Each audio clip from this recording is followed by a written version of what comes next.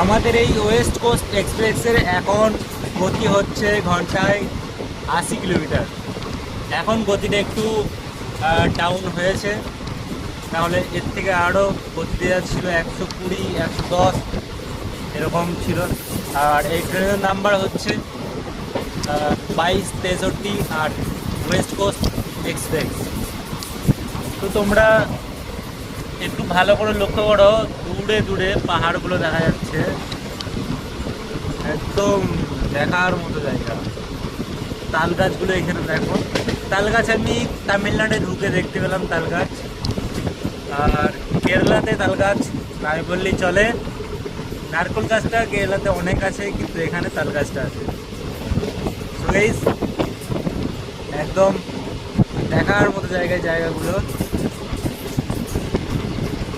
দেখতে পাচ্ছ তোমরা।